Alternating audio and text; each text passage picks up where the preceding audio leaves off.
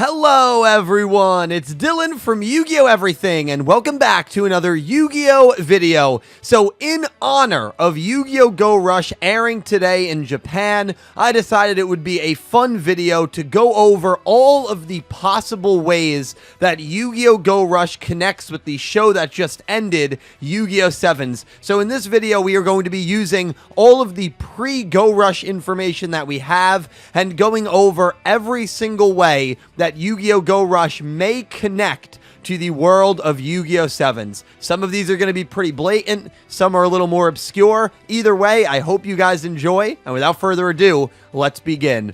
So we know our main protagonist for Yu-Gi-Oh! Go Rush is UTS. However, there are two twin characters that are probably going to be very prominent characters as well, and that is Yuumu and Yuhi, our first twin Yu characters, if you will, although I know the kanji implies that UTS is really the Yu character here, but I think it's interesting nonetheless. Now, the interesting part about these characters, Yuhi and Yuumu, is that their last name is Ohdo. It is the same last name as Yuga Ohdo, the protagonist of Yu-Gi-Oh! 7s. Now, does this mean that these are the offspring of Yuga, or maybe the grandchildren of Yuga? They could be cousins, they could be nieces and nephews. We don't really know the tie-in between Yuumu and Yuhi with Yuga, but we do know that because of that last name, there most likely is going to be a direct link to them, and I'm sure they are from the same Ohdo family. Whether they are the direct son and daughter or grandson and granddaughter of Yuga,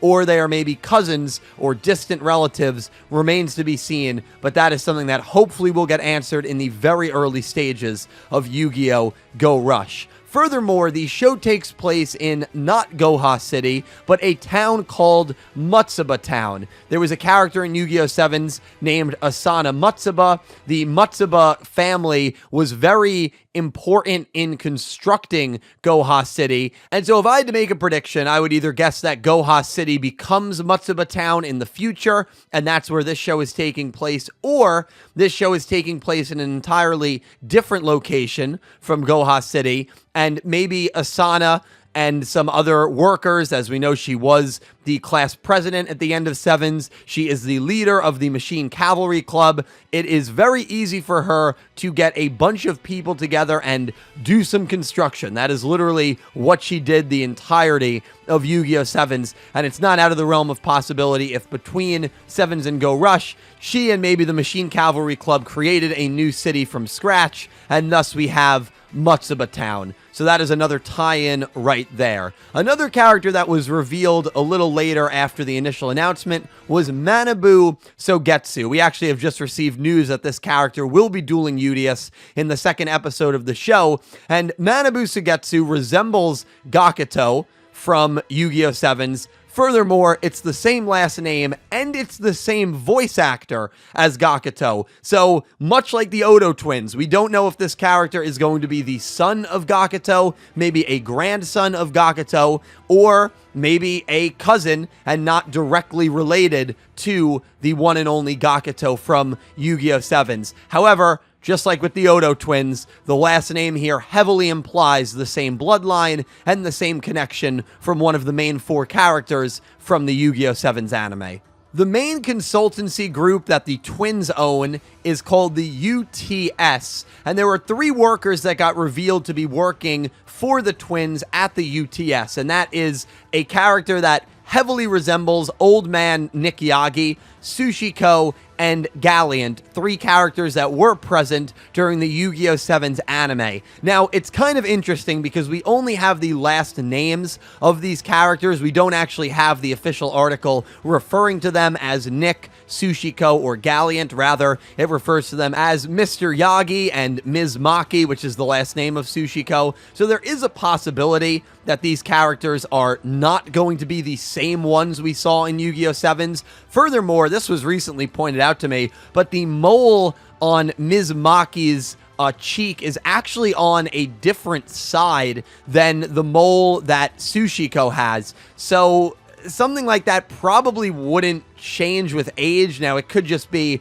some sort of scanning issue, or maybe that is a small hint that this is not going to be the same character, and therefore characters, as the 3 that we saw in Yu-Gi-Oh! 7s, just aged up by 40 or 50 years. But regardless, that is definitely another possible tie-in between 7s and Go Rush. These last 2 are a little more obscure, and we have to start with the planet that UTS comes from, and that is called Velgears. Now, I have also seen this translated as Velgar, so I'm not sure if it's Velgear or Velgar, and so if it is Velgears, that could be a reference to Luke, and maybe even the Luke man who is inhabiting the space above Earth. Now, Luke's character was very heavily influenced by Gears. His monsters were, Dragears, and he was just kind of obsessed with Gears. There were always Gears in his monsters, and at one point he even said that he hated Gears, and so maybe saying he was obsessed with Gears is not entirely accurate. But when you think of Gears in Yu-Gi-Oh! 7s, you immediately think of Luke, you immediately think of his family, and so maybe there is some tie-in between Luke or his family and his bloodline with the Velgear planet that UTS is coming from. It's definitely a little more of an out there stretch than the ones we've gone over on this list, but it would not shock me at all if there is some weird tie-in between Velgears and Luke's family. I mean, at the moment, we have a Gakuto reference, a Yuga reference, maybe even their very own kids being in this show. Luke was also a major player in Yu-Gi-Oh! 7s, and so for him to not have any sort of thing or any sort of Easter egg in Yu-Gi-Oh! Go Rush, I find that a little hard to believe. Will this be that Easter egg or that Luke reference? I'm not quite sure. Let me know what you think about that down below in the comments. And then finally, I'm going to do a whole video explaining the Yu-Gi-Oh! 7's ending. Look for that to come out in a couple of days. But Yuga returns from the 2-year hiatus that he went on when he disappeared in space, and he returns with an entirely new look. Now, while the mask that he's wearing is technology that I don't think we've ever seen before, there are a couple of interesting things in this shop, but the one that I want to focus on is the gear that he's wearing. Now, the 2 compressor-like straps going over his shoulders, I believe could be his seat belts, but they might not be, and they might be the same compressor-like straps that the aliens in the Episode 1 preview cheering on UTS, the aliens from Velgears, are actually wearing. Something that is way more definitive than that is the backwards triangle, or the upside-down triangle, that Yuga is wearing on his chest plate. It appears to be the same, or a very similar, at least, triangle as the ones the aliens in that same shot that are cheering on UTS in the Episode 1 preview are wearing. So does this heavily imply that Yuga visited the Velgear star cluster, told them about rush tools, and that's why UTS has picked out Earth and knew that Earth is where he could find rush tools that would maybe lead his planet to safety after the war? It's definitely an interesting theory, and it's one that I'm kind of on board with, and it's another possible tie-in between Yu-Gi-Oh! 7s and what we're going to get in Yu-Gi-Oh! Go Rush. But guys, that about wraps it up. Please let me know all your thoughts on everything I mentioned in this video. I'm very excited to hear from you. Maybe there's other possible tie-ins that I missed. And of course, Episode 1 is airing today. I'm going to be doing a live watch-along at around 5 p.m.